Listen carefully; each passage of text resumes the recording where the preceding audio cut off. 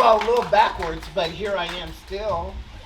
Cody Charles, all pronouns would be fine. Yes, and I am a columnist for the Lawrence, Kansas Times, and I'm excited to be working with this publication. I think Lawrence needs it. I think this community needs it. We need a paper that's going to tell the truth, be authentic, and tell radical, real, true stories. And I do believe that this is the Lawrence, Kansas Times. That's okay. Okay. I'm going to read the information. So, Kerry Altenbernd is known for his portrayal of John Brown, who is depicted in the Lawrence Times logo. John Brown was vilified by white supremacists during his lifetime and still is to this day by those who refuse to address racial injustice in this country. Racial injustice in this country. As you can see, we still have some issues. And so I want to introduce Kerry to come on up. Thank you for being here with us today. Thank everyone for being here on such a lovely day. All of you folks who are braving all this, if John Brown were here, he would be out there recruiting you, because anybody that has enough gumption to be out here in the rain, he would like to have on his side. Obviously not a slacker, and not afraid of a little rain and a few border ruffians. I've been doing John Brown now since 2006. I didn't go looking for John Brown. Basically, I'm a very shy person, and the last thing I ever thought I would do would be to be doing a portrayal of John Brown, but never say never. And he came looking for me, and I didn't have a good reason to turn him away. So when people ask me, why did you pick that? I said, I didn't. I'm not an actor. I found out the real story about John Brown, and I realized it was important that truth get out to as many people as possible, because of the stories that have been told about John Brown that aren't true. John Brown's history was interpreted by people who did not like John Brown, did not like what he believed, and did not like what he did. So you really have to be careful when you're reading a history of John Brown, even nowadays, figure out the motive of the person behind that. John Brown was an abolitionist from practically the day he was born. His parents taught him the evils of slavery. Slavery was an abomination. And John Brown learned how evil slavery was through his life. When he was 12 years old, he befriended a young slave boy while he was on a trip. John Brown, was on a trip, and he witnessed his son beaten with a metal coal shovel by the man that said he was that young man's owner.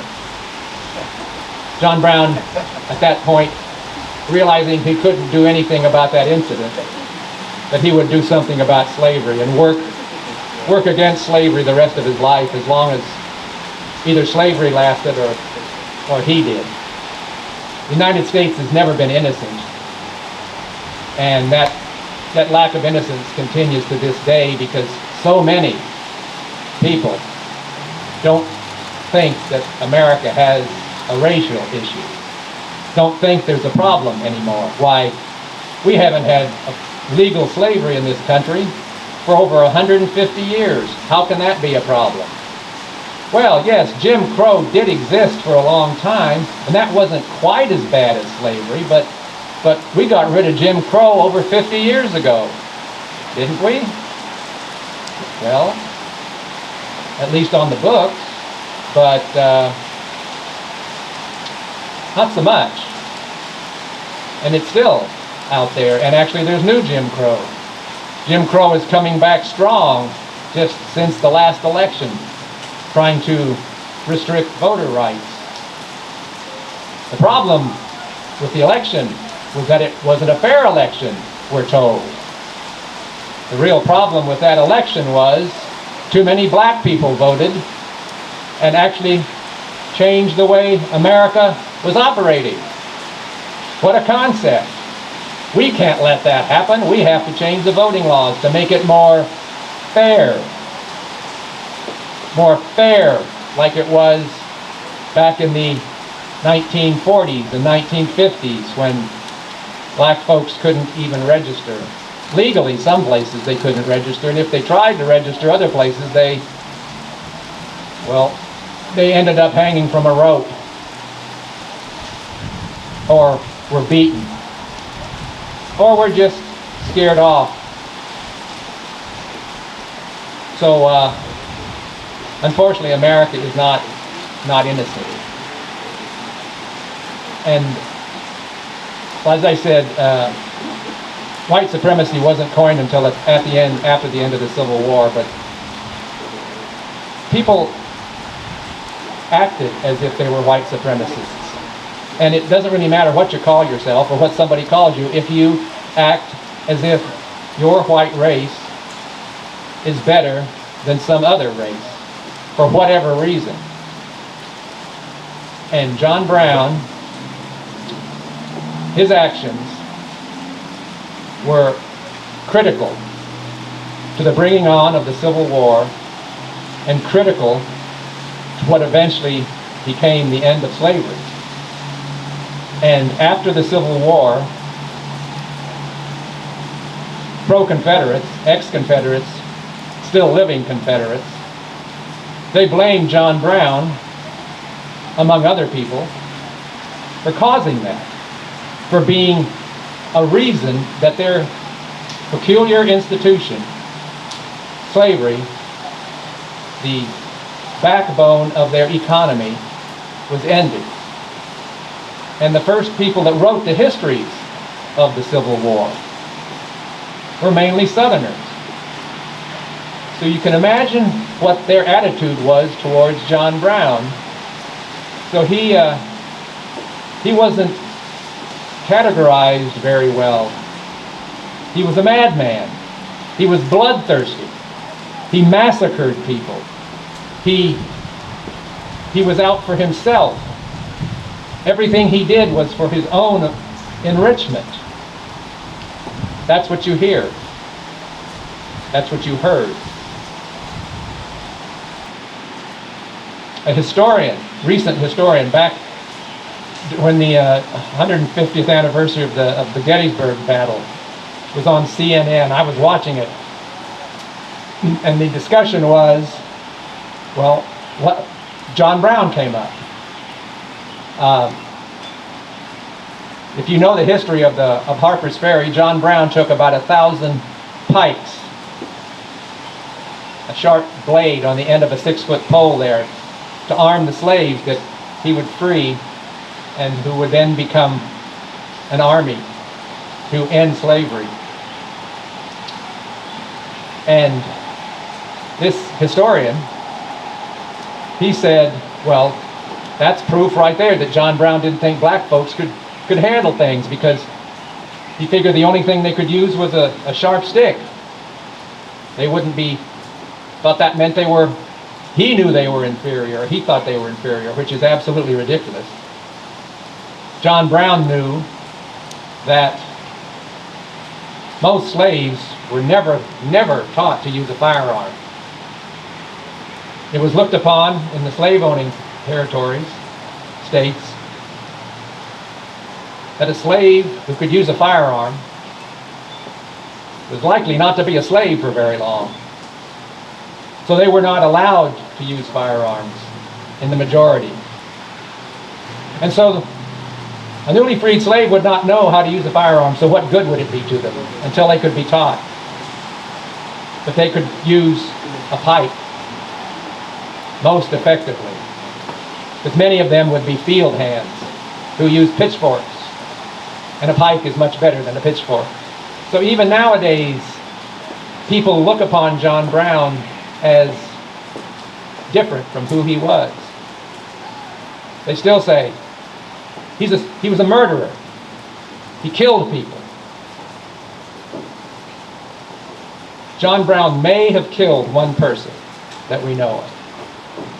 But they point to the Potawatomi, so-called Potawatomi massacre, as proof that he was a bloodthirsty maniac, killing innocent farmers for bloodlust. Well, Not so much. I won't go into it all now, but the real reason Potawatomi occurred was not because Lawrence had been sacked and burned a few days earlier. That had a little to do with it. It showed John Brown that because it was led by the pro-slavery sheriff of Douglas County, that the government was all behind the slavery issue. That they were to make, the government at all levels was working to make Kansas a slave state. So something had to be done. But mainly he'd found out that these particular people who died during the so-called massacre were plotting and planning to murder him and his family and his supporters. The Potawatomi massacre was a first strike.